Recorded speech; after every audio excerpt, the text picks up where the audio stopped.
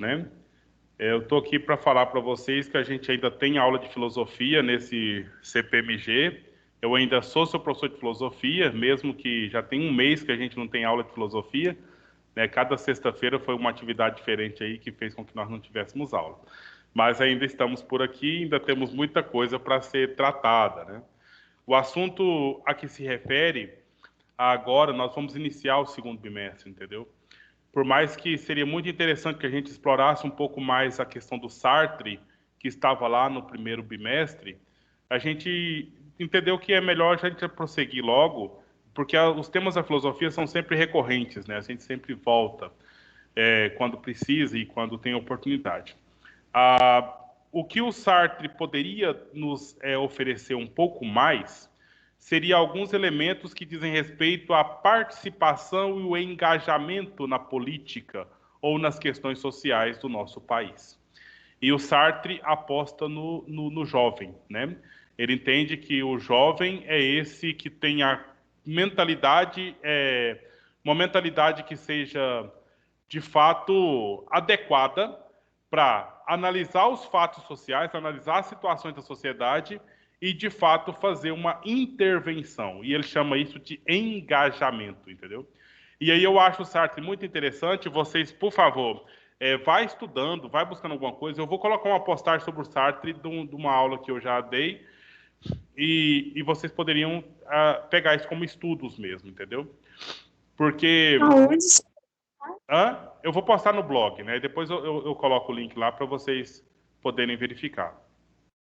Porque aí não vai ser aula oficial do bimestre, mas vai ser uma aula extra aí para que vocês possam ver. Sabe por quê? Porque eu estou pensando nisso? Porque um dos itens que mais eleva a nota de redação de Enem é a sua intervenção, né? A sua proposta de intervenção. Cultural. Justamente. Então aí, se a gente vai explorando coisas nesse aspecto, né, pode ser que vai contribuindo aí com seus resultados que você espera aí ao longo da sua vida. Mas esse ponto que a gente vai iniciar hoje, que é a questão da filosofia política, né, é outro item extremamente relevante e recorrente nas provas de Enem. Né? Então, ou seja, nós temos uma situação política que nós estamos vivendo aí no mundo, né, a partir do governo Trump nos Estados Unidos, a partir do governo Bolsonaro aqui no Brasil, né? Então, ou seja, vira e mexe está acontecendo notícias internacionais, né? O Brasil, os Estados Unidos sempre esteve, né? Sempre esteve nas notícias do mundo inteiro. Então, qualquer jornal que você abra, em qualquer lugar no mundo, você vai ver alguma menção aos Estados Unidos. E algumas situações fez com que o Brasil também estivesse sido mencionado em outros locais no mundo aí, dadas as situações que por acaso a gente está vivendo aqui que são peculiares. Né? Desde que o Temer assumiu, alguns pontos relevantes. Claro que tem coisas e coisas, né? Mas eu estou falando isso, né, para pensar no seguinte: nós vivemos numa república, né? Quando os Estados Unidos também é uma república. Quando foi para ter a eleição nos Estados Unidos, vocês ouviram falar? Eu acho que quando nós começamos as aulas aqui, eu toquei nesse assunto com vocês. Não sei se vocês se lembram. Vocês ouviram falar a possibilidade do Trump não aceitar deixar a presidência dos Estados Unidos, mesmo se ele perdesse a eleição? Vocês escutaram rumores sobre isso aí, naquela época? Será que isso seria possível?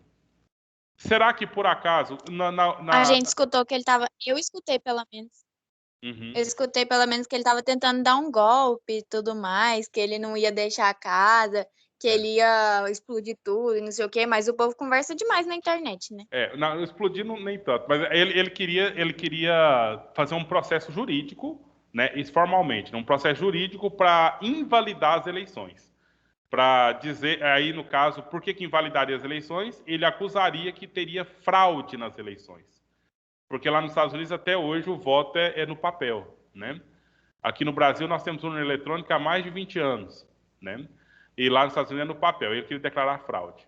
Só que esses rumores teve aqui no Brasil também. Não sei se vocês sabem.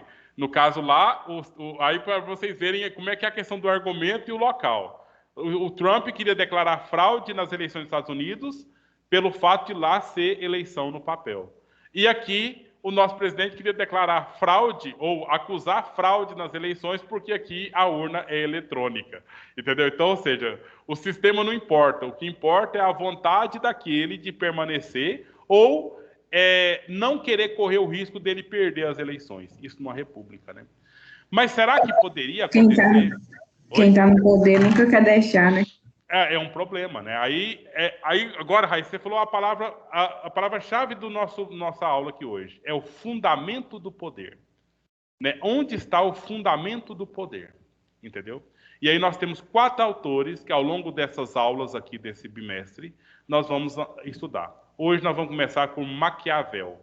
E aí nós temos ainda o Hobbes, ainda temos o Locke e ainda temos o Rousseau. O Hobbes, Locke e Rousseau são os fundadores da política moderna, entendeu? O Maquiavel já discute a questão do poder da perspectiva da modernidade, na qual, então, abandona-se a teoria religiosa, católica, medieval, e se assume uma teoria moderna, um pouco mais centrada na experiência, um pouco mais centrada na realidade social, entendeu? Enquanto na Idade Média o fundamento do poder está em Deus, todo poder vem de Deus, e Deus confere esse poder àqueles escolhidos por Ele para que governem. Agora, na modernidade, não parte mais desse pressuposto, e para o sujeito ter poder para governar, esse sujeito tem que ter prerrogativas, tem que ter atributos que fazem dele um governante mais interessante que os outros. E a partir da obra principal, que a gente fala demais do Maquiavel, O Príncipe, ele escreve um livro chamado O Príncipe, e nesse livro O Príncipe, ele está analisando as situações de um príncipe específico, as atitudes de um príncipe lá em Florença, e aí ele vai escrevendo sobre as atitudes para esse príncipe se manter no poder, né? E engraçado que aí você tem o adjetivo maquiavélico ligado a Maquiavel, como se fosse Maquiavel que tivesse criado a condição de ser maquiavélico. Mas eu quero que vocês entendam. Ele escreveu um livro, e nesse livro ele foi analisando e relatando o fundamento do poder do Lourenço de Médici, da família dos Médicis da Florença, que era um rei, né? Príncipe, rei, no caso não tem tanta diferença nesse sentido aí, certo? Então ele faz a análise. Então toda a característica de ser maquiavélico é a característica de ser um Lourenço de Médici, que era um rei que, para se manter no poder, fez o que bem entendeu. E aí o Maquiavel percebeu nas atitudes desse sujeito, percebeu que isso era um elemento que estava dando o tom, dando a característica para a nova fase da história, entendeu? Então percebeu nas atitudes desse sujeito que ser maquiavélico faz você se manter no poder, sabe? Então só estou problematizando com vocês a situação. O ser maquiavélico diz respeito a Maquiavel, mas isso não é do Maquiavel. Isso foi escrito por Maquiavel, mas faz referência a Lourenço de Médici, que era rei em Florença. Certo? Alguém queria comentar aí? Mas o que então vem essa história do ser maquiavélico? Né? É você ter a força de um leão, né? Ter a força de um leão, ter a visão de uma águia, ou melhor, ter a astúcia de uma raposa, força do leão, astúcia de uma raposa, e se apresentar em pele de cordeiro. Com base nesse desenho que eu acabei de fazer aí, né? Pensa um rei, né, que vai ter as características de um leão, bravo, feroz, e se for preciso ele morde, ele mata, né? Ele tem que ser astuto como a raposa que vai ali, ou se ela vai, rouba os ovos do galinheiro e ela sai sem ninguém perceber que ela esteve ali. E ser mansinho, como um carneirinho, com a sua lãzinha, com a sua lã toda macinha, que você quer tocar, que você quer fazer carícias. O que é ser maquiavélico, então, para se manter no poder? Alguém poderia, com base nisso que eu falei, ou com base nos seus conhecimentos acerca desse assunto, né, o que é ser maquiavélico, então? Ou você conhece alguém que é maquiavélica? Sim? ser uma pessoa falsa, fingir ser alguém que você não é. Uhum. Interesseira, ela faz tudo pra se dar bem. É. Muita gente é assim. Eu acredito que seja ser uma pessoa estrategista, porém disfarçada como boa pessoa. Justamente. É toda essa questão aí. Teve, na história da Igreja Católica, né? Tinha um Papa anterior, que é o Papa João Paulo II, e depois dele veio o Papa Joseph Ratzinger, né? O alemão que tomou o nome de Bento XVI. Esse Bento XVI, que é o Joseph Ratzinger, antes, no governo do Papa João Paulo II, ele era o presidente da doutrina da fé. Então, ou seja, qualquer um da Igreja Católica que por acaso falasse besteira, ou alguém da Igreja Católica que falasse alguma coisa que não condizia com a fé católica, ele era o cara que julgava. Né? Isso eu estou falando dos altos níveis da Igreja. Né? Ele que julgava, ele que era o delegado pela doutrina da fé. Então, ele, na Igreja, era o cara tido como o mais carrasco da Igreja. Então, ou seja, qualquer um padre, qualquer um bispo que por acaso fosse contra o sistema da Igreja, teria que se reportar ao Ratzinger. Então ele assumiu essa postura de ser o cara bravo, o cara mau, o cara rigoroso, né? E por acaso ele se tornou Papa logo depois que o João Paulo II morreu. E o João Paulo II, qual que é a imagem que a gente tem dele? Ele veio aqui do Brasil, dando tchauzinho pro povo, é o Papa mais querido que existiu na história, o Papa mais simpático. Eu acho que agora o Papa atual, o Jorge Bergoglio, o Francisco, então ele talvez já pegou toda a simpatia que o João Paulo II já tinha tido naquela época. Só que agora nós temos rede social e naquela época não tinha rede social assim para popularizar tanto o João Paulo II. Mas para vocês terem uma ideia, o João Paulo II ele veio aqui em Goiânia uma vez e ele já estava bem velho, né? E aí ele estava ele estava sem condições de fazer tchauzinho ou fazer gracinha para o povo, e ele com uma bengala. E aí o que ele fez? Ele rodou a bengala, né? O povo, Papa, eu te amo, Papa, eu te amo lá. E aí ele rodou a bengala, né? Como um ato assim de, não, eu estou aqui interagindo com vocês mesmo, não estou dando conta nem de dar tchau aqui, mas eu vou rodar essa bengala para mostrar minha simpatia. Eu só quero trazer isso. Então, o Papa João Paulo II, a ideia de que simpático, bonzinho, bonitinho. Mas ele tinha um delegado da doutrina da fé, que era o Ratzinger, que era rigoroso, julgava e condenava, punia como assim precisava, entendeu? Então, aí que talvez esse exemplo, não sei se é um exemplo tão atual, eu sei que não é um exemplo tão atual, porque eu estou contando uma história de uma época que talvez muitos de vocês nem tinham nascido ainda, né?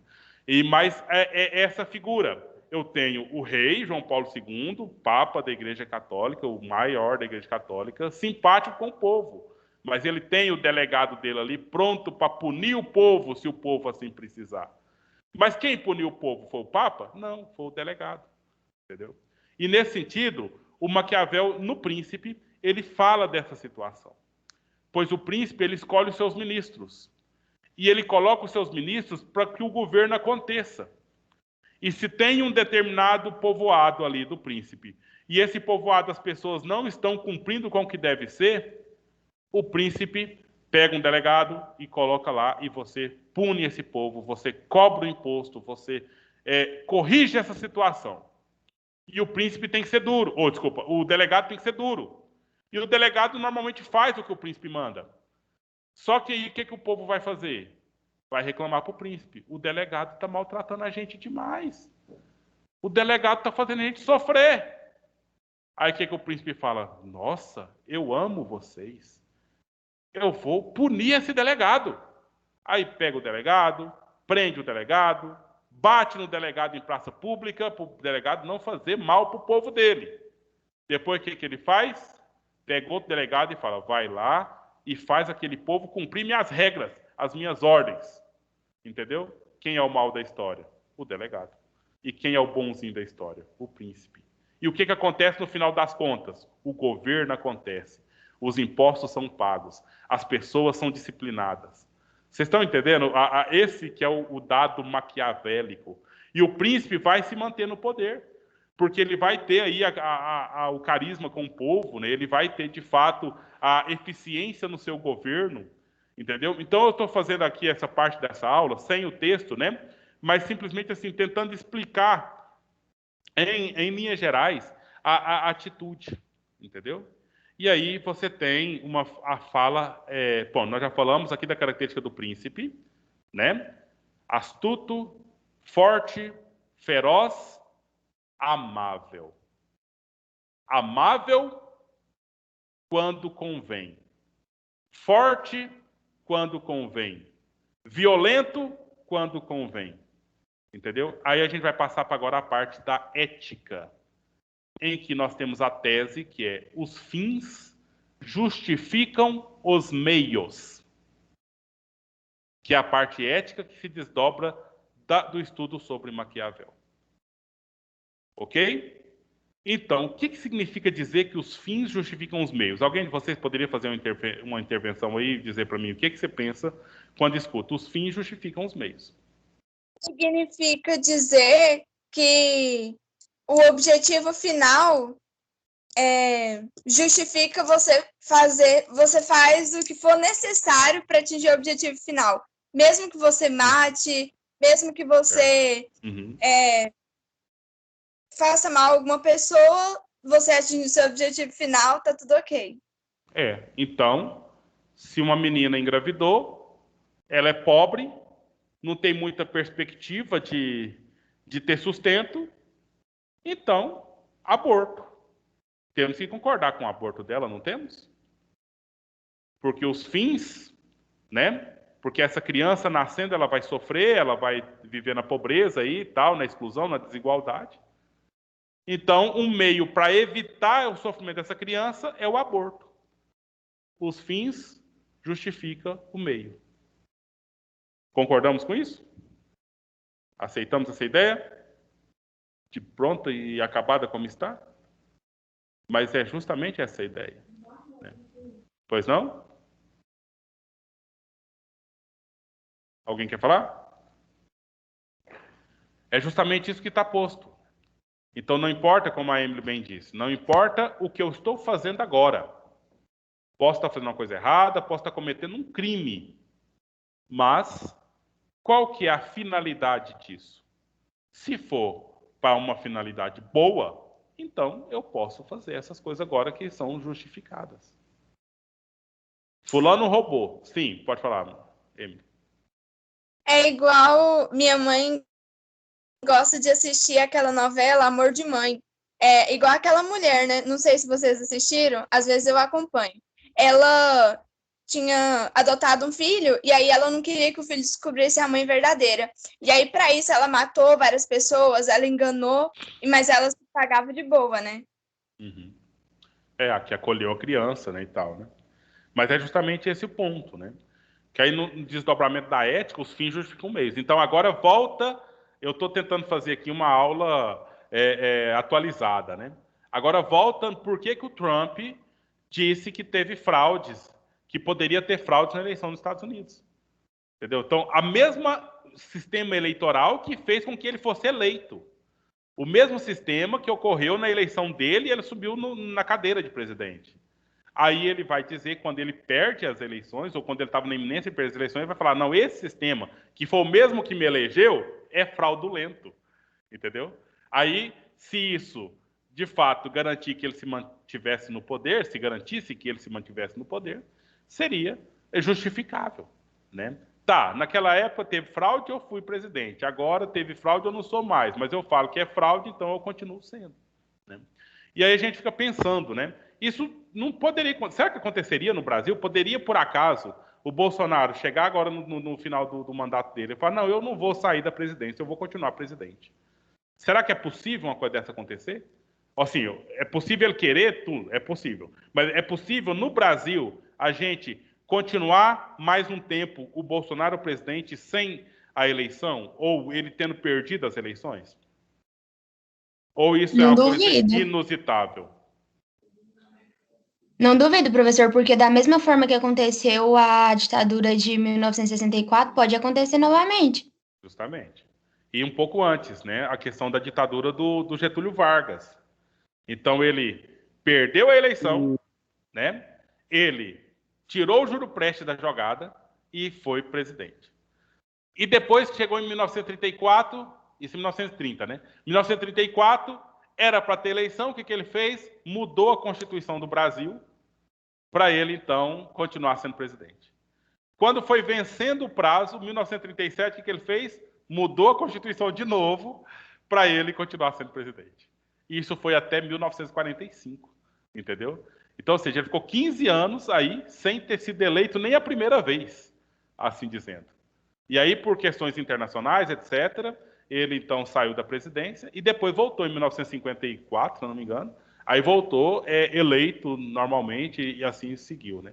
Então, ou seja, na história do Brasil, e não tão longa assim, né, nos 90 anos isso aconteceu, já teve situação de alguém se manter na presidência sem eleição. Né? Então, ou seja, é possível, né? Tem alguma possibilidade por aí. E aí sempre aquela tônica, que foi a mesma que fez com que o nosso presidente fosse eleito. Né? Qual que foi? É o mito. O mito para quê? Para salvar o Brasil. Salvar o Brasil da roubalheira do PT. Entendeu? Aí ele assumiu e aí ainda está pairando essas ideias. Só que na eleição, o Lula não concorreu. Por que o Lula não concorreu? Porque estava preso. Só que o que aconteceu ontem, ou antes de ontem, se eu não me engano? Então, há um tempinho ele foi liberto, o Lula foi liberto, e a partir de ontem, no julgamento, agora ele recobrou todos os seus direitos políticos. E agora a coisa está fervendo, né? Porque tem a turma do PT, que ainda quer o presidente Lula, e tem a turma do mito, né? Que ainda quer que o PT, que o Brasil seja despetizado, né? Que o Brasil seja livre da questão do PT. Então, ou seja... 2022 essa família volta a brigar. 2022 aí ele vai ferver. Né? É que nem quando tá me favorecendo, tá tudo ok. Mesmo que teve um fraude lá, mas me favoreceu. A partir do momento que não me favorece mais, é errado, tem que mudar. Pois é. Então, ou seja, o habeas corpus do Lula, né, a saída dele foi dada pelo Supremo Tribunal Federal. Essa julgamento que teve agora, esses 2 últimos dias aí, foi também lá. Agora você está vendo nas redes sociais o quê? O povo querendo derrubar o Supremo Tribunal Federal. Né? O mesmo que, por acaso, colocou o Lula na cadeia, né? A partir de toda aquela organização do juiz Sérgio Moro, né? Então, foi validado pelo Supremo. Beleza. Agora o Supremo analisa os fatos, né? O direito faz isso o tempo todo, né? Todo fato é analisado com base nas provas e o que vai sendo, os recursos que vai sendo acrescentados. Aí agora, o mesmo que pôs o Lula na cadeia, tirou da cadeia, agora ele não presta. Naquela época ele prestou, agora não presta mais. Então, ou seja, eu adoro ver o Maquiavel, ou a teoria do Maquiavel, e adoro ver as atitudes das pessoas que estão na minha volta. Né? E elas fazem essa coisa toda, é o fundamento do poder. E aí, se você me convém, beleza, te acolho. Se você não me convém, beleza, eu te rejeito, e não só te rejeito, eu te destruo. Eu faço com que você se torne uma pessoa desprezível. Eu faço com que você se torne uma pessoa sem credibilidade, para que eu possa, então, por minha conta, ou a partir do meu fundamento, governar. Certo? Então, vamos dar nesses últimos 10 minutos que nos restam aí. Eu já quero só mostrar aqui, eu coloquei o link da chamada, não liberei ainda, tá? Mas só coloquei o link da chamada aqui na própria postagem da aula aqui no blog, entendeu? Quando você entrou aí para entrar na aula, você viu aqui, tem aqui, clica aqui para entrar na aula, tem instrução e logo abaixo tem, ó, clica aqui para preencher a frequência. Ela está bloqueada nesse exato momento, mas a gente vai desbloquear daqui a pouquinho, certo? Alguém tem dúvida onde achar a frequência? Quem está aqui na aula tem dúvida dessa frequência? Porque está aconteceu nas outras turmas, eu falei, mostrei, e depois a pessoa vem no WhatsApp, onde está a frequência? Não caiu para mim não, tal, né? Quem sabe o que acontece isso, né?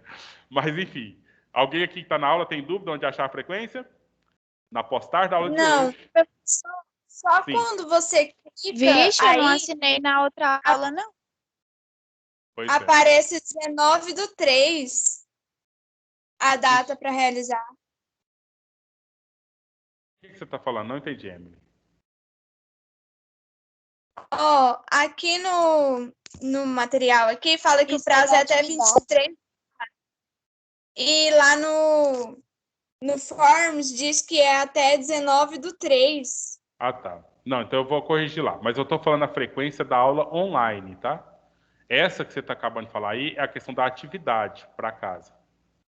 Certo? A diferença? Eu estou falando da frequência na aula online agora, que você sabe que gera nota. Ela está aqui no início, olha. Instrução para mantermos a qualidade da aula. E aqui, antes de eixo temático. Clica aqui para preencher a frequência da aula online ao vivo. Certo? Ou alguém ainda tem dúvida sobre isso? O senhor está passando a frequência só hoje, né? As outras o senhor tirava ou o senhor já passava? Não, nós começamos na aula de sociologia, né? De terça-feira. Ah, Antes... eu nasci naquela lá, não. Então, foi passado lá. Olha só, antes eu só baixava aqui da frequência do Teams. Só que agora nós temos que fazer essa frequência semanal. E aí, para facilitar eu gerar o relatório, eu estou fazendo dessa segunda forma aqui agora. Nós começamos terça-feira da semana na aula de sociologia. Ela já está aberta, professor. Eu cliquei lá para ver. Já está aberta, está aceitando a resposta. Beleza, é isso mesmo. Aí vocês já podem preencher aí a frequência, né, à medida que... Mas aqui no MEC, tanto de filosofia quanto de sociologia da semana passada, só tem clique aqui para realizar a atividade avaliativa dessa aula. Não tem nenhum para clicar para... É mais em cima, Ana Luísa. Antes de eixo temático. Está lá no inicinho da postagem. A de sociologia... Mas a de sociologia eu não coloquei. Não entendi, Raíssa. E aí falou junto com a Ana Luísa, eu não entendi nenhuma das duas. Organiza aí, por favor. Eu falei assim que a de sociologia, do dia 13, eu não vi ela no blog. Não, essa eu mandei pelo chat aqui da reunião. Eu acho que você preencheu, sim. Nem eu também não respondi a de sociologia, não. Eu acho que vocês responderam, sim. Eu acho que vocês estão Também não lembrando. Respondeu sim, ele mandou no chat. Naquela terça-feira foi no chat, e aqueles que não tinham chat mandou no meu privado, eu fui mandando o link. Aí hoje eu coloquei aqui no blog. Só que eu assim que terminar a aula, eu bloqueio ela. Entendeu? Assim que termina, eu bloqueio e eu tiro o link daqui. Aí na semana que vem a gente coloca novamente na aula. Eu só estou querendo pedir para a gente fazer aqui dentro da aula para que vocês não me busquem no WhatsApp, porque aí fica soando que é até uma desconfiança. Como é que estava na aula, eu expliquei direitinho, o menino agora está perguntando, não caiu para mim, como se eu tivesse enviado. Eu não enviei, eu deixei ela aqui e expliquei, né? Estou explicando aqui. Certo? Então a gente vai fazer isso como prática. Eu deixo ela bloqueada, em algum momento dentro da aula eu vou desbloquear e vou falar para vocês, está desbloqueado, pode fazer a frequência aí. Certo? Então fica como nosso combinado. Então, antigamente vocês falavam, professor, e a frequência? Eu falava, eu tiro do Teams. Agora já não é mais assim, entendeu? Então, se por acaso, dentro da aula, eu não falei, vocês têm que me perguntar e cobrar para a gente liberar para vocês fazerem a frequência. Isso é só uma questão para gerar relatórios mesmo, né? Questão de acompanhamento da situação aí. Beleza, então vamos dar uma olhada aqui no texto que eu preparei para a aula de hoje. A tarefa, agora, Emily, aquela parte lá de baixo, tarefa lá. A tarefa, então, não vai dar, talvez, para vocês fazerem hoje, né? Nós vamos ter que retomar esse assunto e aí talvez deixa para vocês fazerem depois da próxima aula. Mas quem quiser fazer, fique à vontade, vocês sabem muito bem que vocês podem fazer quando vocês quiserem, né? Então, aqui a parte do que diz respeito ao conteúdo, né? Propriamente dito. Então, olha só, nós temos aqui alguns fundamentos do poder que diz respeito à questão da antiguidade, fundada lá na Grécia, né? Temos fundamento do poder em Sócrates, Platão e Aristóteles, mas hoje nós vamos ver um fundamento que nasceu aqui no contexto do Renascimento, no contexto do Iluminismo, né? Propriamente dito. E aí seria a teoria que diz respeito ao italiano Nicolau Maquiavel, certo? Só que temos os pressupostos, né? Lembra do Aristóteles? O Aristóteles falava do zoon politikon, né? Vou falar um pouco de grego aqui, gasta o meu grego aqui. Zoon politikon. O que zoo significa em português, meninos? Do grego para o português. Zoo. Que isso, gente? Vocês não aprenderam nada nas suas aulas de grego? Nem o que significa zoo? O que tem lá no zoológico? Animais. Animal. Zoo significa, então, entendeu? A ligação? Então, Animal. o Aristóteles diz que o homem é um animal político. Zoopoliticon. Ou seja, para Aristóteles, nós não temos condição nenhuma de viver fora da vida pública, entendeu? Porque o ser humano, para continuar vivendo, ele precisa da relação, né, da relação com os demais, para se desenvolver a própria racionalidade, né? Então não tem, na ideia dele, homem solitário, é impossível isso acontecer, né? Porque nós temos esse contato direto com as outras pessoas, nos tornamos perfeitos, nós aprendemos, né?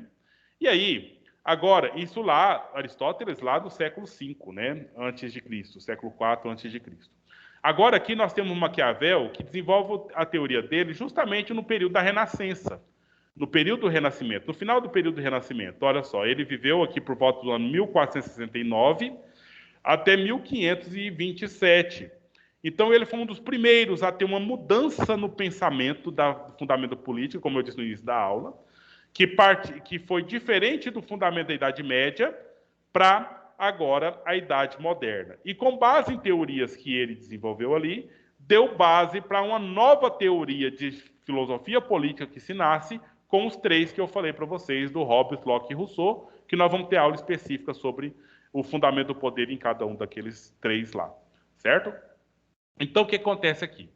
Olha, a tradição grega, né, com base aqui no Aristóteles, ele não concordava, né?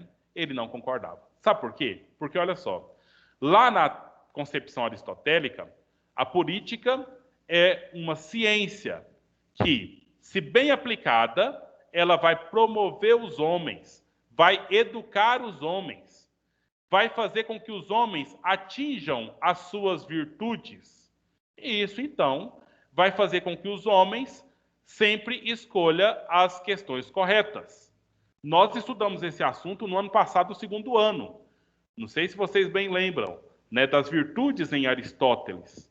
E aí o Aristóteles diz que a vida pública faz com que nós sejamos os melhores, nós sejamos bons, nós sejamos, então, interessantes. Só que o Maquiavel vê isso de uma forma, vê que isso é uma forma muito romântica. E o ser humano não é essa coisa toda. O ser humano, ele, na verdade, ele tem aí o que nós falamos agora há pouco, né? Ele tem aí essa vontade de poder e ele lança mão de situações não tão virtuosas assim, não tão interessantes assim, entendeu? E aí, Maquiavel, ele vai falar, não tem questão de virtude, não tem questão de pessoa ser ensinada a ser boa, não tem questão da pessoa ser educada, mas tem o quê? Política pela política. E aí, os fins justificam os meios, né? Então, ou seja, o que for preciso para fazer na política, eu vou fazer na política para me manter na política, para me estabelecer o meu governo, entendeu? Então, ou seja, o que significa política pela política? A política, ela é como é. Eu vou ver a política como é, não apenas idealizar como ela podia ser. Quando Aristóteles fala isso, o zoon politikon, e fala das virtudes, ele está, não, o ser humano podia ser assim, é muito bom que seja assim, é bonito que seja assim. Agora, por isso que o Maquiavel muda esse conceito, né? Para dizer, não, a gente analisa o que está acontecendo, e aí a gente faz a política. Se tem esse príncipe que está fazendo assim e está se mantendo no poder, é esse o fundamento do poder. E aí que ele desenvolve, né, escreve o livro O Príncipe nessa perspectiva, né? Então, não é idealizado como a vontade de Deus, não é na Idade Média era assim. Não é idealizado como o exercício das virtudes, que o Aristóteles tratou, mas é aquilo que nós estamos vendo, entendeu? Então, ou seja, qual que é o fundamento do poder para ser comandante-diretor do CPMG? É como o capitão Flávio faz. Se nós conversássemos sobre isso no ano passado, seria qual a resposta? É como o tenente-coronel Roberto faz. Se no ano que vem for outro comandante, a gente vai dizer, é como o comandante atual faz. Entendeu? Então, ou seja, analisa a política pela política. Analisa o fundamento do poder pelas atitudes daqueles que estão exercendo o poder. Isso no sentido de análise e reflexão filosófica do fato. Entendeu? E essa que é talvez a alteração, a diferença da modernidade. Meninos, nós vamos ter que parar por aqui, porque o tempo voa, né? E aí a gente, então, fica como assim, só para... Esse foi um início de conversa. Na semana que vem a gente faz um estudo um pouco mais pontual no texto, para a gente avançar. Certinho? Tudo bem, então? Então, bom dia a todos. Fiquem bem. Até a próxima aula, se Deus quiser. Amém. Tchau, tchau. Tchau.